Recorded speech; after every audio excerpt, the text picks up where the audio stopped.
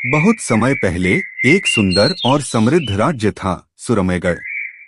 वहां रहती थी एक प्यारी मगर जिद्दी राजकुमारी पीहू। पीहू के पास सब कुछ था, सुंदर महल, ढेर सारे खिलौने, स्वादिष्ट भोजन और ढेर सारा प्यार। लेकिन उसे कभी संतोष नहीं होता। अगर आज उसे एक गुड़िया चाहिए तो कल 10। अगर उसे एक कहानी पसंद आती तो वह तुरंत 100 और मांगती। राजा और रानी बहुत परेशान थे। उन्होंने समझाया, लेकिन पीहू हर बात पर कहती, मैं राजकुमारी हूँ, मेरी हर इच्छा पूरी होनी चाहिए। एक दिन पीहू महल के बगीचे में खेलते हुए महल की पिछली दीवार से बाहर निकल गई। चलते चलते वो एक रहस्यमयी जंगल में पहुंच गई। वहां उसे एक शांत, चमकदार, नीले पानी वाला तालाब दिखा। तालाब के किनारे एक चमकती मोरनी आई और बोली, मैं हूँ इच्छा देवी की सेविका। यह है इच्छाओं का तालाब। जो भी इस जल में देखेगा, उसकी एक एक इच्छा पूरी होगी। पीहू की आंखें चमक उठी। वाह, अब तो मेरी हर इच्छा सच होगी।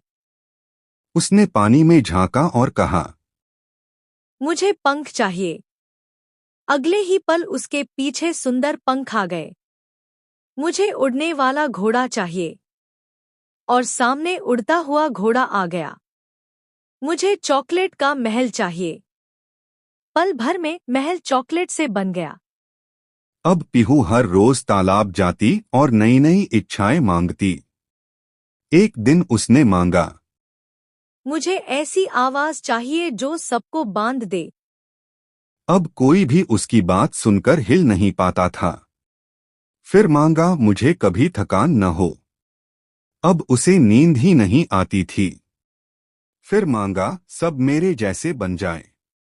और पूरा राज्य एक जैसी पीहुओं से भर गया। धीरे धीरे पीहू की दुनिया अजीब होती चली गई। किसी में विविधता नहीं बची। सब वही सोचते जो वह सोचती। खेलने को कोई नहीं, क्योंकि सब वही थे जो वह थी। अब वह दुखी रहने लगी।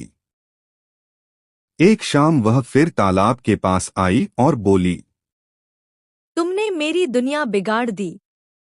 तुमने मेरी दुनिया बिगाड़ दी। मोरनी ने शांत होकर जवाब दिया, मैंने तो सिर्फ तुम्हारी इच्छाएं पूरी की।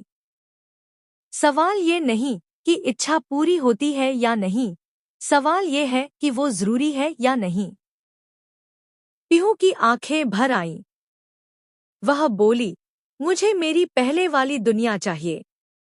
जहां लोग अलग हों, जहां कुछ चीजें अधूरी हों, लेकिन दिल से पूरी हों। तालाब में आंसू गिरते ही सब कुछ बदल गया। उसका चॉकलेट महल गायब हो गया। आवाज सामान्य हो गई और उसकी दुनिया फिर से सजीव हो गई। अब पीहू हर चीज की कदर करती थी। वह जान चुकी थी कि हर इच्छा पूरी करना जरूरी नहीं, बल्कि जो मिला है उसमें भी जादू और खुशी छिपी होती है। सीख, सच्ची खुशी तब मिलती है जब हम जो हमारे पास है उसकी कदर करते हैं। हर इच्छा को पूरा करना जरूरी नहीं, बल्कि समझदारी से जीना असली जादू है।